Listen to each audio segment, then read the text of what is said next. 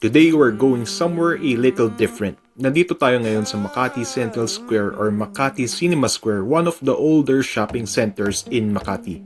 Established around 1979 to 1980s, and actually may specific reason kung bakit ako pumunta dito. Inside this mall is Aida's Chicken Inasal, a restaurant recognized by the Michelin Guide. Pero habang nandito ako, na-curious din ako sa mall itself. Kasi habang naglalakad ka, mapapansin mo na hindi lang siya about food. May mga shops selling vintage albums, records, collectibles, hobbies, and all kinds of interesting stuff.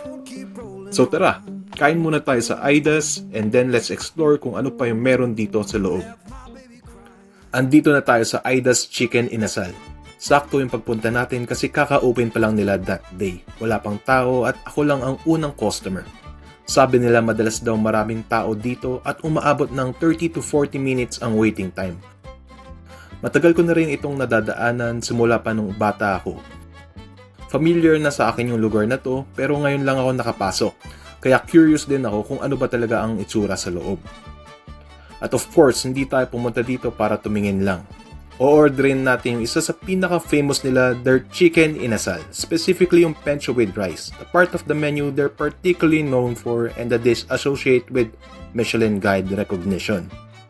Habang naghihintay, napansin ko yung interior. Maraming paintings sa paligid, mostly local artworks. Hindi ko lang alam kung personal collection ba ito ng owner or baka siya mismo ang artist. Pero bagay siya sa place. Hindi siya mukhang bagong bukas na restaurant na pinipilit gawing aesthetic. May personality. Sa bawat table may kumpletong sausawan. Pero ako, mas gusto ko yung mismo nagtitimpla. Kalamansi, sili, konting suka, tapos toyo. Simple. Historically, sausawan has always been part of Filipino dining culture. Parang extension siya ng pagkain kung saan bawat tao may sariling timpla, depende sa panlasa. At dito ikaw na bahala kung gaano kaasim, kaanghang o kaalat ang gusto mo. May libre din sabaw, lasang tinola pero mas rich yung flavor. Di ko alam kung ito yung pinakuluan ng chicken pero kung ganun man, may sense kung bakit malasa.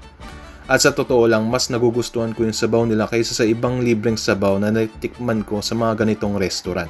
Habang tumatagal, onti-onti nang nagkakaroon ng tao. And finally, dumating na yung chicken at unang tingin pa lang mukhang seryoso. Malaki yung pencho, maganda yung char sa balat at paghiwa mo ang dali niyang putulin. Tender yung meat at juicy rin. Size check, malaki nga. May kasama rin salted egg which is a nice touch.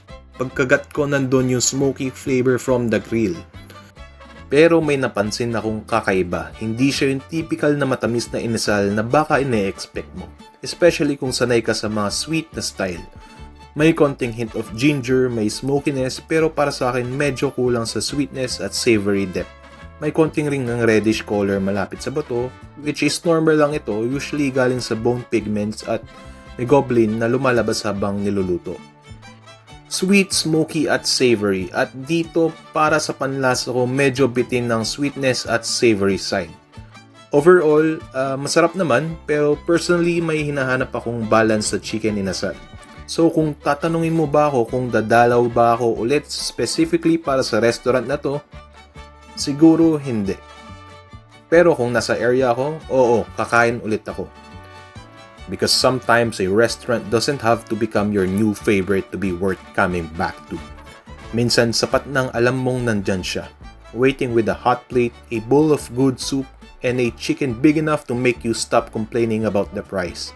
And for Adyas, that's probably enough reason to keep it on the map.